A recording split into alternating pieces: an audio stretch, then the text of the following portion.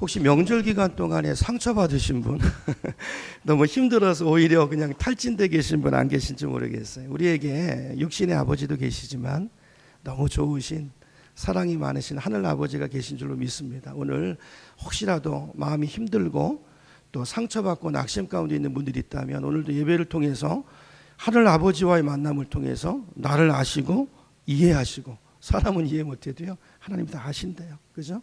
그 하나님의 사랑 안에서 회복이 있고 또 우리가 새롭게 세워지는 그런 예배가 되기를 축원합니다.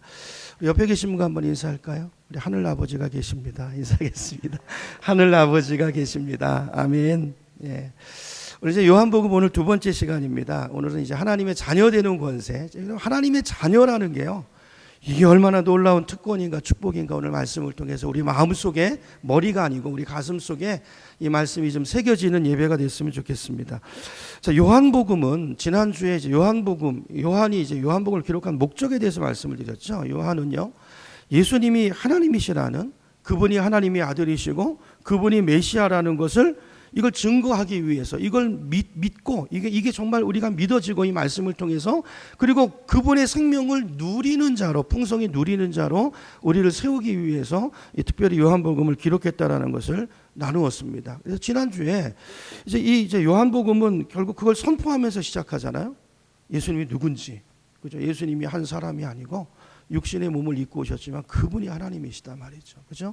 특별히 헬라 사람들, 로고스를 찾고 있는 그 헬라인들을 향해서 그 너희들이 찾고 있는 그 로고스, 그 말씀, 유대인들을 향해서 그 말씀, 그분이 곧 예수님이다. 그거를 이제 선포적으로 말씀했다고 그랬어요. 자, 그게 이제 1절부터 3절인데요.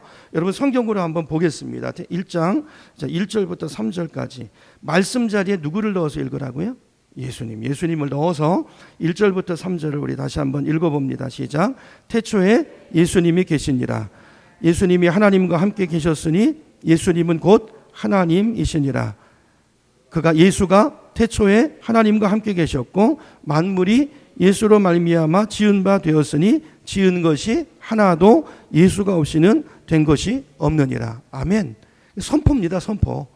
우리랑 토의하자고 그러시는 게 아니고 선포하시는 거예요. 선포. 태초부터 예수님이 하나님과 함께 계셨고 모든 이 땅에 존재하는 만물이, 우리를 포함한 모든 만물이 예수님의 손을 거치지 않고 존재하는 것이 이 땅에 아무것도 없다는 거예요. 그분이 하나님이시고 그분이 창조주이시고 그분이 우리의 경배를 받으실 하나님이시고 그분이 우리의 구원자이시고 메시아라는 것입니다. 요한은 이 선포로부터 말씀이 시작이 돼요. 자, 그러면서 오늘 읽은 본문 4절을 보면, 자, 예수님을 어떻게 소개하냐면 그 예수님은 오늘은 빛이다 그랬어요. 빛이다. 4절을 보세요. 4절. 예수님 안에 생명이 있다고 그랬죠. 이건 지난주에 이 생명은 어떤 생명이죠? 우리 육체적인 바이오, 이 생명을 말하는 게 아니고, 이 한시적인 생명이 아니고, 이 땅에 죽다 없어지는 것이 아니고 누구의 생명이죠? 하나님의 생명, 조회라고, 조회. 그죠? 예수님 안에 그 생명이 있다는, 영적인 생명, 우리가 잃어버린 그 생명이 있는데 그 생명은 사람들의 빛이라 그랬습니다. 예수님을 빛이라고 소개하고 있죠. 또 9절에 보면, 자, 9절을 보세요. 9절을 보면 예수님을 빛은 빛인데 어떤 빛이라고요? 참 빛이다 그랬어요. 참 빛. 이 땅에 빛이라고 주장하는 존재들이 있는데 그게 빛이 아니고 예수님이 참 빛이고 그분이야말로 우리에게 생명을 줄 수 있는 생명의 빛이라는 것이죠. 또 이제 요한복음 8장 12절에 보면 예수님께서 스스로 당신을 빛이라고 소개하는 장면이 나오는데요. 한번 보겠습니다. 8장 12절. 요한복음 8장 12절을 보시면 제가 읽어봅니다. 8장 12절. 예수께서 또 말씀하여 이르시되 나는 어디 빛이라고요? 세상의 빛이니 나를 따르는 자는 어둠에 다니지 아니하고 생명의 빛을 얻으리라 그랬어요. 이런 빛과 생명은 분리해서 생각할 수 없는 것이죠. 지난주에도 좀 말씀을 드렸죠. 빛이 비치는 곳마다 생명의 역사가 일어나요. 빛이 없으면 생명의 역사가 죽어집니다. 그렇죠? 어둠은 죽음이고 빛은 생명을 의미하는 것이죠. 그러므로 예수님께서 가는 곳마다 이 어둠의 세상 속에, 그래서 생명의 역사가 나타나지 않고, 그죠? 죽음의 역사가 있는 그곳에 예수님의 빛이 비추어지기만 하면 그곳에서 어떤 역사가 일어난다고요? 생명의 역사가, 죽었던 조회가 우리의 영적인 생명이 다시 회복돼서 다시 세워지고 그분의 손 아래에서 다시 살아나는 역사가 주님이 가는 곳마다, 주님의 빛이 비추어지는 곳마다 그런 생명의 역사가 나타난다는 거예요. 그런데 오늘 말씀을 보면 우리가 이렇게 예수님의 빛은 세상의 빛이에요. 그러니까 어떤 특정한 사람에게만 비치는 것이 아니고 이 세상에 비치는 빛인데, 중요한 것은 뭐냐면 모두에게 빛이 비치지만 어떤 사람에게는 생명의 역사가 나타나고 어떤 사람에게는 그 역사가 나타나지 않아요. 그럼 이 차이가 뭐냐는 것이죠. 여러분, 예수님에게는 생명이 있습니다. 그 빛은 생명의 빛이에요. 살리는 빛이에요. 그런데 이 빛이 세상에 비치는데, 또 각 사람에게 비치는데, 그런데 어떤 경우에는 생명의 빛의 역사가 나타나고 어떤 경우에 나타나지 않는가? 오늘 성경에 보면 조건이 있다는 거. 오늘 이제 그 말씀을 나누려고 하는 것인데요. 그게 뭐냐면, 그 조건이 뭐냐면 빛을 우리가 어떻게 해야 되죠? 영접해야 되는 것이죠. 영접이라는 말은 받는다는 뜻이잖아요. 내가 그것을 믿음으로 받아들이고, 그렇죠? 그럴 때 그 빛이 내 안에 그 역사를 이뤄낸다는 것이죠.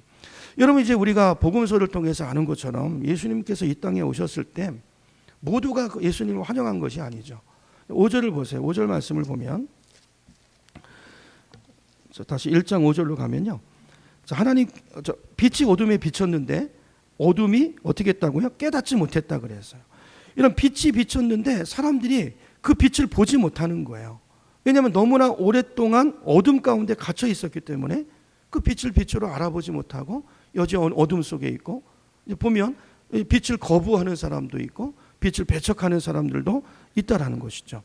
그래서 하나님께서 마치 이런 것과 같은 것이죠. 우리가 깜깜한데 아주 칠흑 같은 어둠 속에 있다가 밖으로 나와서 빛을 보면요, 눈이 부셔서 보지 못하잖아요. 그렇죠? 그래서 우리가 어두운 데 있다가 갑자기 밝은 빛을 보면요, 눈이 상할 수도 있어요. 그래서 이 칠흑 같은 어둠 가운데 있는 죄악의 이 세상 가운데 빛 대신 예수님께서 오시기 전에 하나님께서 누구를 먼저 보내십니까? 세례 요한을 먼저 보내세요. 그렇죠? 참 빛이 오기 전에 이 하나님이, 예수님이 이제 태양빛이라면 세례 요한은 초롱불 같은 존재죠. 촛불 같은 존재. 그 촛불을 통해서 그 빛을 바라볼 수 있는 준비를 시키시고, 그리고 예수님이 이 땅에 오신 것이죠. 그러므로 성경은 세례 요한을 예수님이 오시는 길을 예비하는 하나님의 종이라고 말씀을 하고 있는 것이죠. 그 6절부터 이제 8절까지 제가 드린 그 세례 요한에 대한 말씀을 설명하고 있지 않습니까? 6절부터 보세요. 제가 읽습니다. 하나님께로부터 보내심을 받은 사람이 있으니 그의 이름은 요한이라. 그가 증언하러 왔으니, 누구에 대해서 증언합니까? 빛에 대해서. 이 빛이 누구라고요? 예수님. 빛 대신 예수님에 대해서 증언하고, 모든 사람이 자기로 말미암아 누구를? 예수 그리스도를 믿게 하려 함이라. 그는 이 빛이 아니고 이 빛에 대하여 어떻게 하러 온 자라고요? 증언하러 온 자라 그랬어요. 그렇죠? 이 세례 요한의 존재에 대해서 말씀하고 있죠. 그러므로 하나님께서 아주 깜깜한 어둠 가운데 있던, 여러분, 예수님이 오시기 전에 400년 동안 빛이 없었어요. 말씀이 없었고, 그렇죠? 칠흑 같은 이 400년의 이 어둠의 기간이 있었던 것이죠.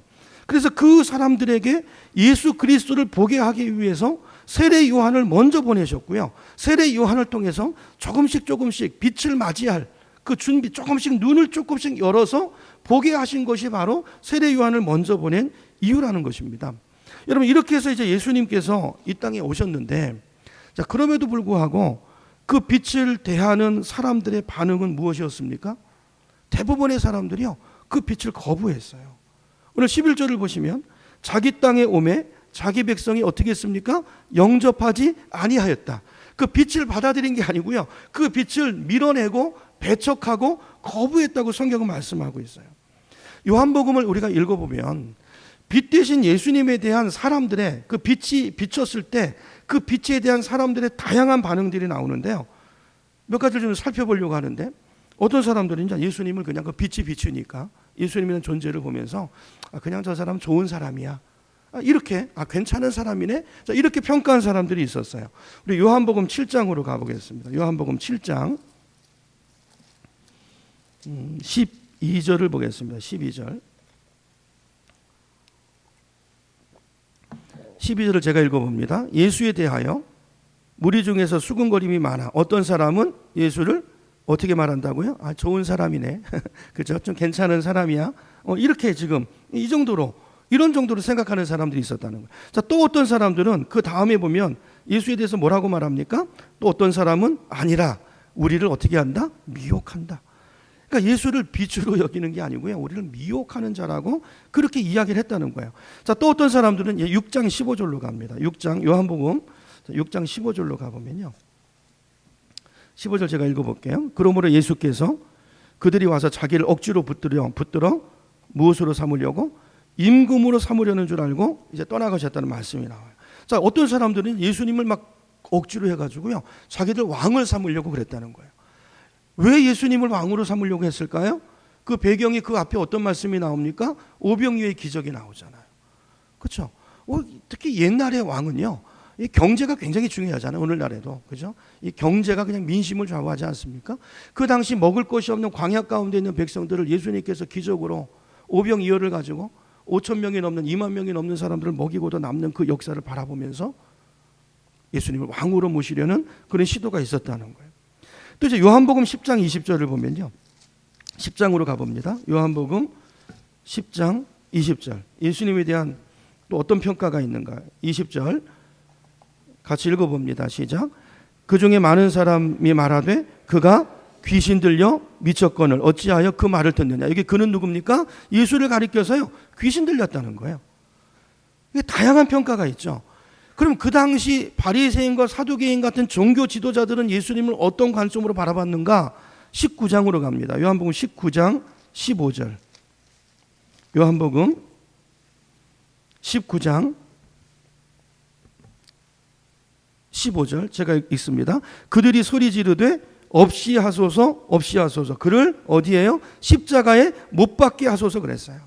그러니까 이 사람들은 예수님을 십자가에 못 박아 죽일 죄인 중에 죄수고 신성 모독을 하는, 그죠? 그런 중죄인으로 봐가지고 십자가에 죽이라고 외치는 그 말씀을 요한이 기록해 놓고 있어요.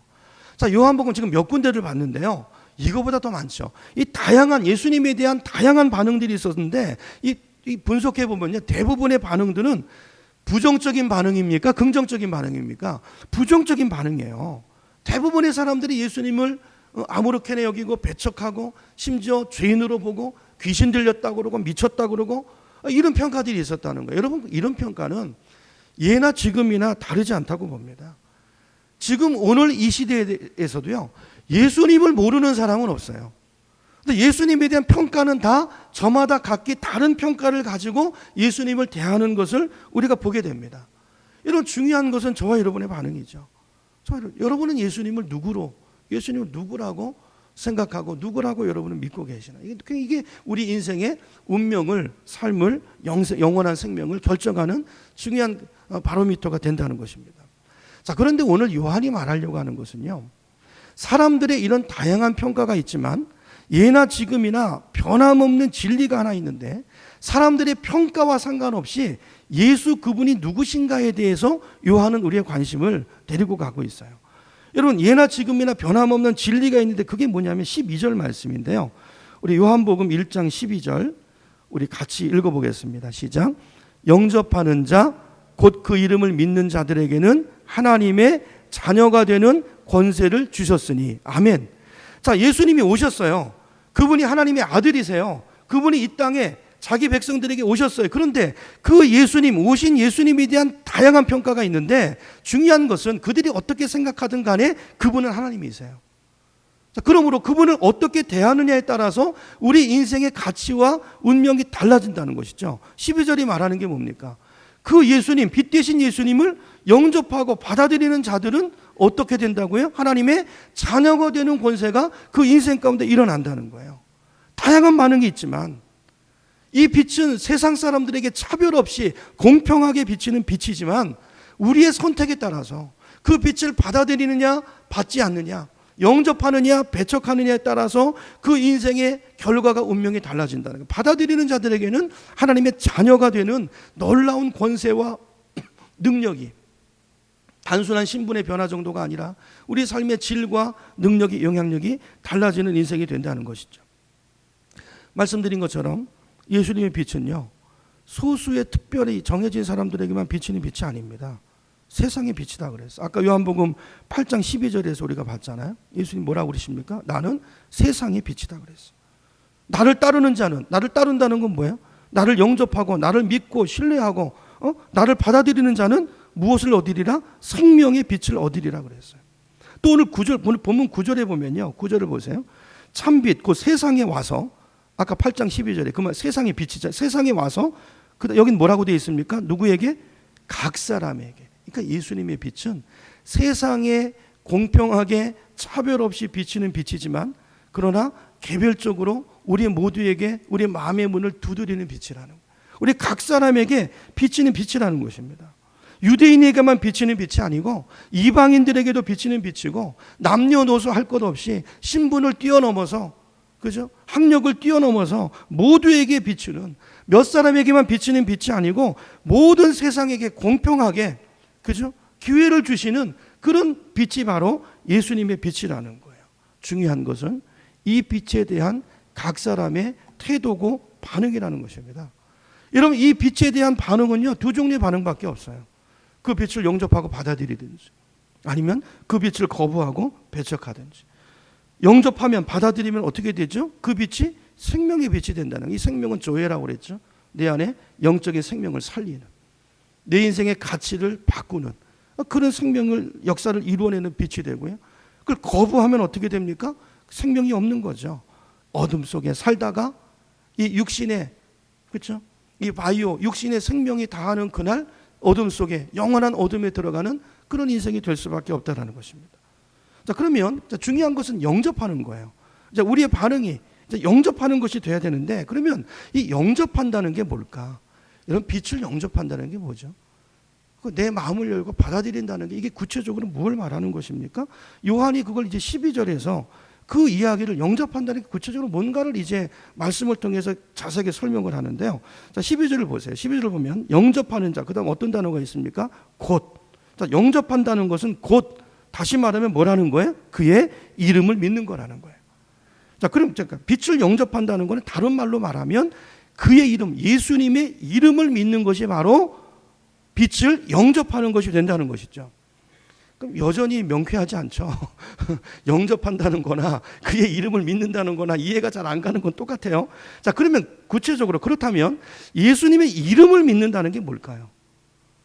이게 우리 이제 요한복음을 쭉 읽어가면서 그 이야기를 이제 구체적으로 풀겠지만, 오늘 이제 결론적으로 말씀을 드리는데, 예수님의 이름을 믿는다는 것은요, 우리가 두 가지를 믿는 것을 의미해요. 여러분 잘 정리하시기 바랍니다. 예수님의 이름을 믿는다는 게 뭔가? 첫째는 예수님의 이름을 믿는다는 것은요, 예수님의 being을 믿는 것이고 예수님의 doing을 믿는 거예요. 영어로 말씀드려서 죄송한데요, being이라는 것은, 영어로 being이라는 것은 존재를 말하는 거예요. 그러니까 예수님의 이름을 믿는다는 것은 첫째, 예수님의 존재를 믿는다는 거예요. 예수님이 누구이신가? 예수님이 누구라고 말씀합니까? 그분은 하나님이세요. 또 예수님이 누구시죠? 그분은 독생자세요. 하나님의 아들이세요. 또 예수님이 누구시죠? 그분이 그리스도이고 그분이 메시아라는 것입니다. 나를 구원하기 위해서 이 땅에 오신 그 중보자, 한 분밖에 없는 예수 그리스도 하나님의 아들이라는 것을 첫째 믿는 거예요. 이게 예수님의 비잉을 믿는 것입니다. 이 믿음이 없는 것, 이 믿음을 안 갖는 것은 그 빛을 받아들이지 않는 것이고 거부하는 것이 되는 거죠. 믿는다는 것은 첫째, 예수님의 비잉을 믿는 거예요. 두 번째는 뭐죠? 예수님의 doing은 예수님이 이 땅에 오셔서 하신 일들이죠. 하신 일들. 예수님이 이 땅에 오셔서 하신 일들이 복음서에 기록이 되어 있습니다. 많은 일들이 있죠. 기적을 행하시고 말씀을 가르치시고 치유하시고 전파하시고 고치시고. 자, 그런데 예수님이 행하신 일들이 많이 있지만, 표적도 있고 기사가 있지만, 많은 사건들이 기록이 되어 있지만, 예수님의 doing 중에서 핵심적인 사건을 꼽으라면 뭡니까? 그게 예수님의 십자가의 죽으심과 다시 살아나심, 십자가와 부활이라는 것이죠. 이거를 믿는 거라는 거예요. 그러니까 예수님의 이름을 믿는다는 것은 예수님이 누구이신가? 그분이 하나님이시고 하나님의 아들이시고 독생자이시고 그분이 나를 위해 이 땅에 오신 메시아 그리스도라는 사실을 믿는 것이고, 두 번째는 그분이 나를 위해서 십자가에 죽으시고 대속의 죽음을 죽으시고 그게 끝이 아니고 3일 만에 부활하신, 지금 하나님 우편에 계신 하나님이시라는 것을 믿는 거예요. 그분의 빙과 두잉을 믿는 것, 그것이 바로 예수님의 이름을 믿는 것이고, 그것이 바로 빛 대신 예수님을 영접하는 거라는 거야. 이 믿음이 있을 때 우리 안에 영적인 생명, 조회, 생명의 역사가, 빛의 역사가 우리 삶 속에 일어난다는 것입니다. 자, 이렇게 정리를 하고 해서, 그러면 이제 질문이 또 있어요. 질문. 자, 그러면 빛 대신 예수님을 영접하거나 거부하거나 사람들의 반응이 둘 중에 하나인데, 자, 그렇다면 영접하거나 거부하는 것이 누구에게 달려 있는 거죠? 그러니까 다시 말해서 영접하느냐 거부하느냐에 따라서 뭐가 결정이 됩니까? 구원이 결정이 되고 영생이 결정이 되잖아요. 그러면 이것이 전적으로 내가 구원받고 구원받지 못하는 것이 누구에게 달려 있냐고요. 이게 결정적으로 누구의 역할이냐고요. 이게 구원받는 것이 이게 나에게 있습니까? 아니면 하나님에게 있는 것입니까? 일단 성경이 뭐라고 말하는지를 좀 생각해보고 성경의 이해를 우리가 정확하게 갖는 게 이게요, 신학적으로 중요해요. 이런 문제에 대한 이단들이 굉장히 많습니다. 지금도 와서 우리를 미혹하는 게, 우리가 성경을 정확히 하는 게 중요한데요. 첫째로 일단 성경을 보면 예수님을 믿어 구원받는 자들, 다시 빛을 받아들이는 자들은 이게 하나님이 정하신 거라고 말씀하고 있어요. 이걸 이제 예정론이라고 이야기합니다. 예정론이라고 이야기하는데요. 이제 오늘 이제 본문에도 보면 이제 13절을 보세요. 오늘 본문에도 보면 13절을 잘 보세요. 보면 자, 이는 누구죠? 이 사람이 누굽니까? 이는 어떤 사람들이에요? 영접한 사람. 자, 빛은 어디에 비치는 빛이에요? 세상에. 자, 세상이지만 그냥 이렇게 뭉뚱거리는 게 아니라 세상에 비치지만 각 사람에게 개별적으로 이 빛이 비친다고요. 자, 그런데 그 중에서 거부하는 사람들이 있고 받아들이는 사람들이 있는데, 받아들이는 사람들에게는 하나님의 자녀가 되는 권세를 주셨어요. 그렇죠? 자, 근데 그러면 이는은 누구예요? 이는 받아들이는 사람들이죠.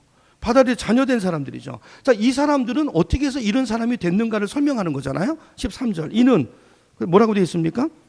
혈통으로나 육정으로나 사람의 뜻으로 나지 아니하고. 그러니까 내 힘으로 된 게 아니란 말이에요. 쉽게 말하면. 오직 누구에게부터? 하나님에게로부터 난 자이니라. 여러분, 누가 낳죠? 내가 낳습니까? 우리가 태어날 때 아기는 태어나는 거죠. 부모가 낳아줘야 나오는 거죠. 그러니까 이거는 누가 하시는 거라는 거예요? 자, 이런 사건이 일어나는 거는 하나님이 해주신 거라는 거죠. 하나님이 낳아주신 것이라는 것을 지금 요한이 이야기하고 있어요. 자, 이거를 사도 바울은 어떻게 설명하냐면요, 에베소서 1장으로 한번 가보겠습니다. 에베소서 1장. 자, 스크린을 보셔도 되고요. 찾을 수 있는 분들은 다 찾아보세요. 에베소서 1장 4절로 가봅니다. 에베소서 1장. 오늘 좀 예정론을 좀 이해하고 넘어가는 게 좋을 것 같아서 이 부분을 언급을 하는데요. 물론 예정론을 우리 이성으로 100% 완벽하게 이해할 수는 없어요. 자, 그런데 우리가 개략적인 이해를 갖는 게 중요하기 때문에 예정론을 좀 보겠습니다. 1장 4절입니다. 에베소서 1장 4절 5절 제가 읽어볼게요. 눈으로 보세요. 곧 창세전에 그리스도 안에서 우리는 누구죠? 빛을 받아들여서 저와 여러분이죠. 여러분 빛을 받으셨습니까? 거부하셨습니까? 받아들이셨죠. 그래서 하나님의 자녀죠. 여러분 예배 드릴 때 하나님의 아버지라고 부르시죠. 하나님 아빠라고 부르시죠. 여기 자녀됨의 증거잖아요. 자, 여기 보세요. 이제 우리를 어떻게 했다고요? 택했어요. 누가 택했습니까? 하나님 택하셨어요. 그래서 우리로 사랑 안에서 그 앞에 거룩하고 흠이 없게 하시려고 그 기쁘신 뜻대로 우리를 어떻게 하셨어요? 예정하사. 언제요? 창세전에. 저와 여러분 예정하사. 예수 그리스도로 말미암아 저와 여러분을 당신의 아들들이 되게 하셨으니. 아멘이십니까? 그럼 이걸 누가 하셨다는 거예요? 하나님이 예정하시고 하나님이 선택하셨다는 거예요. 하나님의 선택으로 창세전에 예정하신 그 경륜으로 우리를 하나님의 때, 하나님의 카이로스의 때 우리를 낳아주셔서, 하나님의 주권으로 낳아주셔서, 그 은혜와 사랑으로 낳아주셔서 우리가 태어난 거예요. 내가 한 것 같지만. 그 성경이 오늘 분명하게 우리에게 말씀하고 있는 것입니다. 자, 그럼 이제 다시 정리하면, 자, 이 빛은 세상의 빛이에요. 차별이 없는 빛인데, 자, 그러나 구원은 모든 사람이 구원받는 것이 아니고 하나님이 예정하신, 예정 안에 들어있는 이 선택받은, 어떻게 보면요, 인구 숫자에 비하면 구원받은 사람의 숫자는 소수일 수 있어요. 그들이 구원받은 거예요. 그들이 내가 믿는 것 같지만 이 하나님의 경륜과 작정과 섭리 안에서 우리가 그렇게 정해진 택함받은 하나님의 자녀들이라는 것입니다. 자, 그 구원받은 사람은 어떤 사람들인가? 하나님 선택한 사람이다. 예정한, 이게 오늘 이제 두 군데를 봤는데 시간상 뭐 이런 말씀을 얼마든지 찾을 수 있어요. 이걸 예정론이라고 말하는데요. 자, 그런데요, 자, 이 예정론을 이해할 때 조심해야 될 게 있어요. 여러분, 하나님의 예정과 선택은 분명히 있습니다. 하나님의 경륜 속에서 이루어진 일이에요. 자, 그런데 피조물인 저와 여러분이 하나님의 창조주 하나님의 예정과 선택에 대해서 미리 알 수 있습니까? 없습니까? 없어요. 없어요. 하나님과 우리는요, 존재 자체가 달라요. 저와 여러분은 사차원 시공간의 공간 안에 제약 속에 삽니다. 하나님은 그걸 초월해 계시는 분이죠. 하나님 예정하셨는데 우리는 미리 몰라요. 지금 이 시점에서. 우리는 언제 알죠? 그날이 돼야 알아요. 그날이 돼야. 그리고 개개인적으로 우리 삶 속에서는 우리 삶에 나타난 증거를 보고 알 수 있어요. 자, 그러나 확실히 아는 것은 그날에 역사의 문이 닫히고 천국에 구원받은 백성들이 모이는 그 천상에 그 하나님의 나라에서 보고, 아이고 구원 받으셨네. 우리 김 지사님 오셨네. 근데 안목의 목사님은 왜 안 계실까? 그날에 알아요. 진짜인지 아닌지 그날에 알아요. 여러분, 달걀도요, 유정란이 있고 무정란이 있습니다. 그것도 똑같습니다. 어떻게 알죠? 품어서 깨어나 보면 알아요. 그 결과를 보고 아는 것입니다. 지금 이 시점에서 예정과 선택은 우리의 영역이 아니고 누구의 영역이죠? 전적으로 하나님의 소관이, 하나님에게 속한 것이에요. 그렇기 때문에 여러분, 예를 들어서 여러분 중에 그런 분들 계시죠? 예수님을 믿지 않는 남편이 예수 안 믿어요. 그래서 그 남편을 위해서 어떻게든 전도하려고 지금 몇 년 동안 기도하고 섬기고 애쓰고 그러는데, 10년이 지나고 20년이 지났는데도 남편이 전혀 달라지지 않아요? 마음을 열지 않고 변화되지 않고 핍박이 더 심하고 예수 믿을 기미가 안 보여요? 지치고 지쳐서 20년쯤 했으니까 이제 저 사람은 아닌가 보다. 저 사람은 하나님의 선택하지 않았나 보다.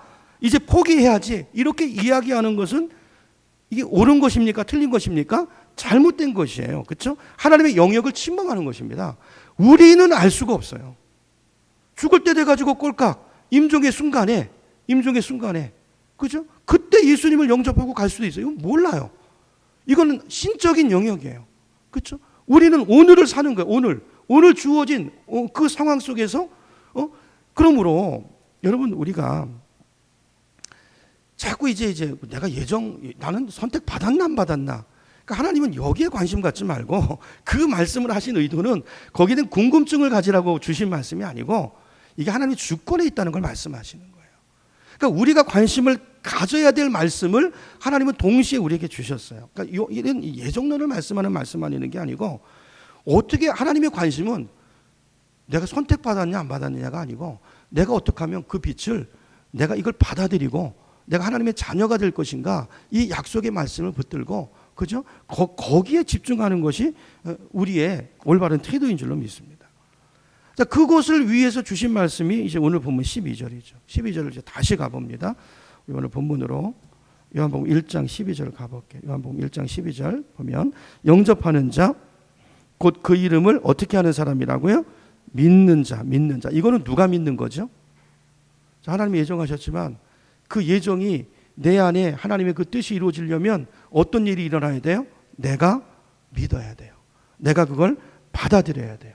하나님의 은혜로 격려하고 예정하고 우리를 몰아가도 결국 내가 움직이지 않고 내가 믿지 않고 내가 마음문을 열지 않으면 그 역사는 이루어지지 않는 것이죠. 그래서 결국 이게 능동형 동사로 돼 있어요. 내가 믿는 것입니다. 내가 받아들여야 되는 거예요. 우리가 잘 아는 요한복음 3장 16절. 하나님이 세상을 이처럼 사랑하사 독생자를 주셨으니 이는 저를 어떻게 하는 자마다, 믿는 자마다 영생을 얻게 하려 하십니다. 자, 여기 믿는 것도 누가 믿는 것이죠? 내가 믿는 거예요. 하나님이 믿어주시는 거 아니에요. 다른 사람이 믿어주는 거 아닙니다. 내가 믿어야 돼요. 로마서 10장 13절 스크린 보여주세요. 로마서 10장 13절 스크린 보고 같이 봅니다. 시작. 누구든지 주의 이름을 부르는 자는 구원을 얻으리라. 누가 구원받는다고요? 주의 이름 부르는 자. 누가? 자기 입으로 부르는 자. 자기 부르는 자가 구원을 받는다는 것입니다. 10장 10절도 보여주세요. 10장 10절 같이 봅니다. 시작. 사람이 마음으로 믿어 의에 이르고 입으로 시인하여 구원에 이르느니라. 자, 누가 믿고 누가 시인하는 것입니까? 내가 믿고 시인하는 거예요. 자, 여러분에게 이런 일이 일어났습니까? 아멘이시죠? 그러면 일어났으면, 자, 이런 일이 일어난 것으로 봐서 나는 선택받은 거예요, 아니에요? 받은 거죠. 자, 이렇게 하는 거예요. 자, 이 일이 일어날 때까지는 알아요, 몰라요? 몰라요. 어떤 사람은 10살에 이 일이 일어날 수도 있고, 이런 모태신앙이라는 말은 없어요. 뱃속에서 어떻게 믿습니까? 자기가 자기 생각으로 시인하고 고백하는 게 믿는 거예요. 유아 세례는요, 그 아이의 믿음을 보고 주는 거 아니에요. 부모의 믿음을 보고 주는데 그 부모의 믿음으로 받은 세례는 유효하지 않아요. 그거는 부모가 서약하는 거예요. 부모가 내가 이 아이를 믿음으로 잘 키워서 자기 믿음으로 이제 그 고백할 수 있는 나이가 돼서 그를 잘 키우게 그 약속인 것이죠. 그래서 만 14살이 되면 다시 신앙 고백을 확인하고 그 아이에게 입교를 하고, 그렇죠? 세례를 주고 하는 것이죠. 여러분, 그러므로 우리가 하나님의 예정과 선택에 대해서 복잡하게 생각할 필요 없어요.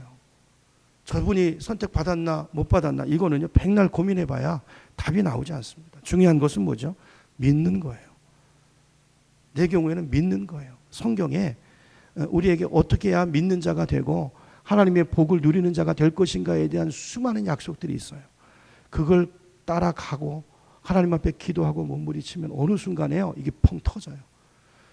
전에는요, 믿으려고 노력해도 믿어지지 않던 것들이 내 안에서 이 빛을 조금씩 받아들이면서 막 생명의 역사가 일어나면서 변화가 일어나요. 이게 믿어지는 거예요. 온전히 받아들여지는 거예요. 자, 그걸 보면서 나는 예정 받은 사람이다 아니다? 받은 사람이구나 라는 것을 어떻게 하게 된다? 알고 깨닫게 된다. 이게 예정론이에요. 그러면 예정론이라는 것은 일어나지 않은 일을 놓고 우리가 판단하면 올무에 걸리게 돼 있어요. 우리는요, 알 수 없어요. 우리는 알 수 없어요. 우리는 매일매일 시간 속에서 일어나는 것밖에 인식하지 못, 내일 일을 몰라요. 이거는 창조주의 영역인 것입니다. 자, 근데 그날에 가면 알게 되는 것이죠. 그러므로 여러분, 나의 구원도 그렇고 남의 구원도 그렇고 함부로 판단하고 저 사람은 안 될 거야.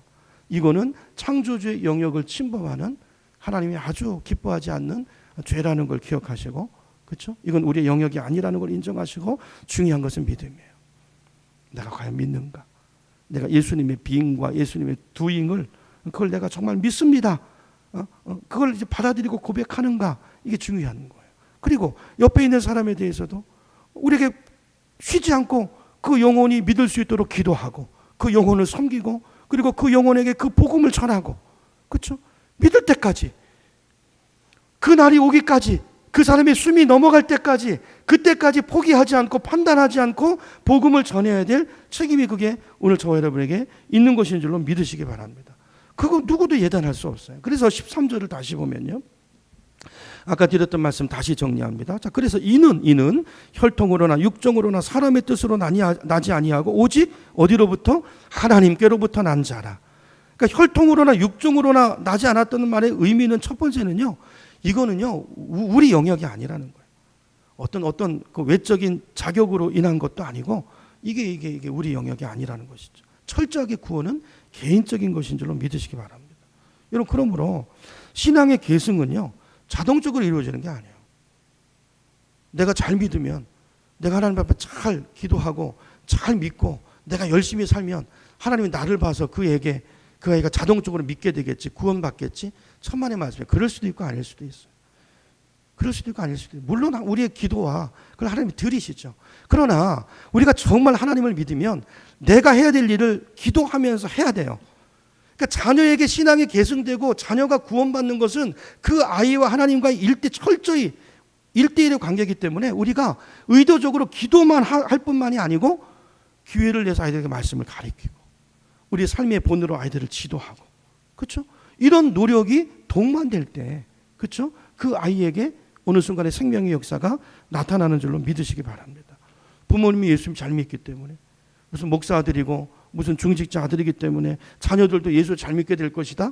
예, 천만의 말씀이에요. 여러분 주변에도 보세요. 얼마든지 다른 일들이 일어나요. 물론 좋은 영향을 받을 수는 있어요. 그러나 그들도 개인적으로 아버지의 하나님, 어머니의 하나님이 아니고 그 하나님이 나의 하나님으로 고백될 수 있어야, 예수님의 being과 예수님의 doing이 정말 그것을 믿는 그 신앙의 고백, 내가 믿고 내가 입으로 시인하는 그 고백이 그 영혼 가운데 있을 때 그것이 예수님을 영접하는 것이고, 그래야 그 빛이 그 인생 가운데 임해서 생명의 역사가 그 인생에게 개별적으로 1대1로 나타난다는 것입니다.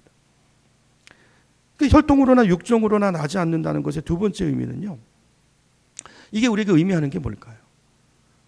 여러분, 우리는 사람을 차별하지만 하나님은 사람을 차별하지 않는다는 거예요. 그러므로 우리가 자꾸 인간적인 관점으로 사람을 차별해서는 안 되고, 어떤 인생이라 할지라도, 어떤 가정에서 태어나고 심지어 지금 얼마나 완악한 인생을 사는 인생이라 할지라도 그 인생이 주님 앞에 나오면, 그래서 주님의 복음의 말씀을 듣고 예수님의 빙과 두잉을 믿고 내가 그 마음문을 열면 그 어떤 인생이라도 주님께서 그 생명의 빛을 비춰서 그 인생을 새롭게 세우시는, 빚으시는 생명의 역사가 누구에게도 나타날 수 있다는 거예요. 복음에는 차별이 없다는 것입니다. 이걸 증명하기 위해서 요한복음에서 그런 예들을 다 들어놓고 있어요. 남편이 5 있었던 사마리아 여인. 사람들은 포기할지 모르겠어요.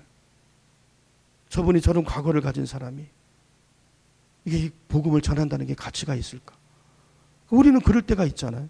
현장에서 가늠하다 붙잡힌 여인. 우리는 그럴 수 있지만 예수님이 그 영혼들을 찾아가시잖아요.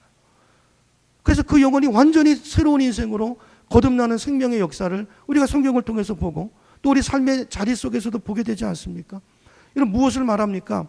어떤 삶의 배경을 가졌다 할지라도, 지금 심지어 어떤 죄 가운데 어떤 삶을 살고 있다 할지라도 주님 앞에 나와서 그 생명의 빛을 영접하기만 하면, 그 빛이 그 내면에 비춰지기만 하면 그 빛이 바꾸지 못할 인생이 없고 세우지 못할 인생이 없다는 거예요. 그 어떤 인생이라도 그 빛을 통해서 하나님의 거룩한 자녀로 변화되는 역사가 있게 된다는 것입니다. 이것이 혈통이나 육적으로 나지 않았다는 그 의미인 줄로 믿습니다. 마지막으로 이제 오늘 본문에서 이제 하나 더 보길 원하는 것은요, 이제 권세라는 단어입니다. 자, 이렇게 우리가 예수님을 영접하고 그 이름을 믿게 되면 하나님의 자녀가 되는, 여기 보니까 권세라는 단어가 나오죠. 권세. 이 권세라는 게 구체적으로 뭘까? 이게 이제 이 권세라는 이 헬라어 단어가 이제 엑소더스라는 단어인데요. 이 단어가 2가지 뜻을 가지고 있어요. 첫째는 이 권세는요, 이 법적인 권리를 이야기하는 것입니다. 그러니까 우리가 이제 어떤 아이를 양자로 입양하면 법적으로 이제 그 정식적인 자녀가 되는 거잖아요. 그러니까 그 이야기죠. 그러니까 우리가 예수님을 영접하고 그 이름을 믿으면 하나님의 자녀라는 법적인 권리가 생겼다는 거예요. 그러니까 그 순간 우리의 법적인 신분이 바뀌었다는 거죠. 전에는 우리 신분이 우리가 어디 자식이었죠? 어둠의 자식이었어요. 마귀의 자식이었다고요. 그런데 예수님 영접하는 순간 우리가 하나님의 아들로, 하나님의 딸로 입양돼서 법적으로 이제는 소속이, 신분이 하나님의 자녀로 우리 신분이 바뀌어지게 된다는 거예요. 그러니까 영적으로 전혀 다른, 이제와는 전혀 다른 정체성과 아이덴티티를 갖게 된다는 거죠. 이걸 사도 바울은 로마서 8장에서 이렇게 얘기합니다. 로마서 8장 14절 15절을 보겠습니다. 우리 스크린을 보고, 로마서 8장 14절 15절, 이게 다른 번역인데요. 우리 스크린 보고 같이 읽어보겠습니다. 시작. 하나님의 영으로 인도함을 받는 사람은 누구나 다 하나님의 자녀입니다. 15절도요. 시작. 여러분은 또다시 두려움에 빠뜨리는 종살이의 영을 받은 것이 아니라 자녀로 삼으시는 영을 받았습니다. 그래서 우리는 그 영으로 하나님을 아빠, 아버지라고 부릅니다. 아멘. 자, 무슨 말이냐면요, 우리가 예수님 영접하는 순간 성령이 우리 안에 오세요. 이 성령님을 여기 어떤 영으로 소개하고 있습니까? 우리를 누구 삼으시는 영? 자녀 삼으시는 영. 그러니까 이제 우리가 신분은 바뀌었는데 우리가 내 바뀐 신분을 모르고 누리지 못하고 사는 거예요. 성령이 우리 안에서 네가 하나님의 자녀야, 너 하나님의 자녀로 살아야지, 자, 이런 어떤 권리를 깨우쳐 주시고 하나님의 자녀가 어떻게 살아야 되는지를 날마다 말씀해 주시고, 우리의 신분이 바뀌었지만 아직 존재는 똑같아요. 우리가 처음 예수 믿는다고 한 번에 바뀌는 거 아니잖아요. 근데 성령이 우리 안에서 먼저 신분을 바꿔놓고 그 신분에 맞는 사람으로 우리를 바꿔나가신다는 거예요. 우리를 자녀로 세워가시는 영, 그분이 우리 안에 계시는 성령인 줄로 믿습니다. 이런 일이 이제 우리 안에 일어나는 거죠. 자, 거기 보면, 자, 15절을 다시 보세요. 자, 자녀로 삼으신 영을 받았습니다. 그래서 우리는 그 영으로, 그 성령으로 말미암아 하나님을 누구라고 부른다고요? 하나님을 아빠, 아버지라고 부른다는 거예요. 여러분 중에서도 이렇게 성인이 되셔서도 하나님을 제가 보니까 아빠라고 부르시는 분들이 계시더라고요. 이번에 명절에 보니까 제 아내도 아빠라고 그러시던데, 저는 이제 돌아보니까 이제 제 아버지를, 육신의 아버지를 아빠라고 불렀던 기억이 나지 않아요. 물론 무슨 아기 때, 이제 젖먹이 때야 뭐 아빠라고 그랬겠죠. 그때 뭐 아버님 그랬겠어요. 아기 때는 그랬어요. 그러니까 제 기억이 나는 그 연령대부터는, 제가 이렇게 기억이 나는 동안에는 이제 아버지가 어려웠어요. 아버지가 항상 무서웠고. 그래서 아버지는 너무 가까이 가기 어려운 대사. 아빠라고 불렀던 기억이 안 나는데 이번에 이제 처가에 또 가서 보니까 제가 가만히 보니까 이제 뭐 이제 전에 좀 잘 못 느꼈던 건데 아니 네 자녀가 전부 아버님을 이제 그렇게 부르더라고요. 그러니까 아빠와 아버지의 차이가 똑같은 아버지지만 좀 뉘앙스가 다르죠. 어떤 게 더 친밀하게 느껴집니까? 아빠가 친밀해지죠. 아빠라는 그 뉘앙스가요 좀 더 가깝게 느껴지는 것 같아요. 아버님 이거는 조금 그죠? 좀 이렇게 그런 느낌이 들죠. 여러분 어떠신지 모르겠어요. 여러분 하나님이 어떻게 느껴지시나요? 여러분 하나님을 아빠라고 부를 만큼 하나님에게 어떤 그런 친밀함이 느껴지시나요? 아니면 아버님보다도 먼 존재로 느껴지시나요? 뭐 그냥 영적으로 우리 아버지라니까 그냥 아버지인가 보다 그러지 이게 가까이 다가가긴 너무나 먼 당신. 뭐 우리 육신의 아버지도 어려운데 하나님 아버지는 너무나 어려운. 그렇죠? 혹시 이런 관계가 있지 않습니까? 오늘 근데 오늘 이 로마서 말씀을 보면 바울은 그렇게 말하고 있어요. 우리 안에 성령이 하나님과 우리의 관계를 정말 친밀한 사랑의 관계로 하나님을 아빠 아버지로 부를 만큼 그렇게 가깝고 친밀하고 친구 같고 정말 사랑의 끈끈한 관계가 있는 그런 존재로 하나님과 우리 사이를 연결해주는 그 영이 성령이라는 것입니다. 하나님과 우리의 관계가 오해하고 집 나가서 원수 졌던 그 관계를 화목하게 하기 위해서 예수님이 오셨고 그리고 예수님께서 우리 안에 성령을 보내주셔서 그 성령이 지속적으로 하나님이 어떤 분이신지 하나님이 좋으신 하나님으로 가까이 다가갈 수 있도록 우리를 도와주시는 그 영이 우리 안에 계신 성령님이라는 것이죠. 여러분 이것이 우리에게 주어진 놀라운 은혜인 줄로 믿습니다. 그러니까 이 엑소시아라는 이 단어는요, 권세라는 단어는 이 신분적인 변화뿐만이 아니라 법적인 권리라고 그랬죠. 첫 번째는 그것뿐 아니라 실제로 다스리는 능력, 어떤 실제적인 권위를 의미하는 단어예요. 이건 우리 삶 속에서도 쉽게 이해할 수 있는 부분이죠. 요즘 뭐 청문회 때 금수저 뭐 이런 얘기 나오잖아요. 그러니까 우리 이 세상의 삶도요, 내 부모가 아버지가 누구냐에 따라서 자녀들의 삶의 모습이나 이런 것들이 굉장히 달라질 수 있어요. 그렇죠? 대통령의 아들이면, 대통령의 자녀면 굉장한 권세가 주어지죠. 아버지가 대통령이라는 그 사실 하나만으로. 그렇죠? 그러지 않습니까? 이 세상에서 그렇죠. 이게 영적으로 신앙적으로도 마찬가지라는 것입니다. 그러니까 내 개인은 아무것도 아닌 존재죠. 보잘것없는 인생이죠. 그러나 아무것도 내세울 것도 없는 인생이지만 똑같은 삶이지만 그러나 예수님을 영접하는 순간 그 순간에 우리 신분이 바뀌어지고 우리가 하나님의 자녀가 되는 권세가 임한다는 거예요. 자, 이것으로 통해서 우리의 삶의 질이나 내용이 달라지는 실제적인 변화의 역사가 우리 삶에 실제적으로 이루어진다는 말씀인 것입니다. 여러분 우리가 예수 믿고 나서 우리에게 어떤 권세가 생깁니까? 우리 눈에는 영적인 것들이 잘 보이지 않지만 내가 하나님의 자녀가 되는 순간 나를 둘러싸고 있던 마귀의 권세가 물러가고 하나님께서 천군 천사를 보내주셔서 우리를 눈동자같이 지키시고 보호하시는 그 하나님의 권세가 우리를 다스리고 지키는 그런 변화가 일어나는 줄로 믿습니다. 또 우리가 이 하나님의 자녀의 특권이 뭐예요? 예수님의 이름으로 기도하기만 하면 하나님께서 들으시고 역사하시는 실제적인 능력, 이 능력을 우리가 누리는 삶을 살게 되는 것이죠. 여러분 이게 이제 우리가 하나님의 자녀들에게 주어진 권세라는 것이죠.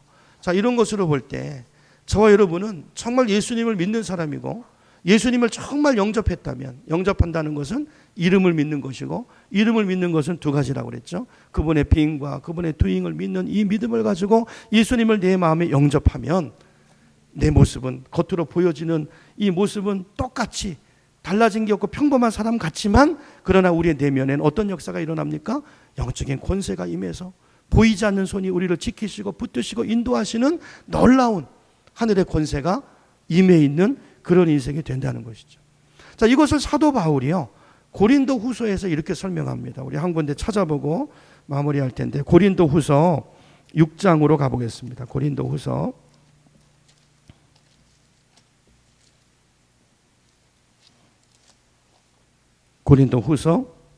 신약성경 292쪽쯤에 있습니다. 6장 9절 10절 이 두 절을 보겠습니다.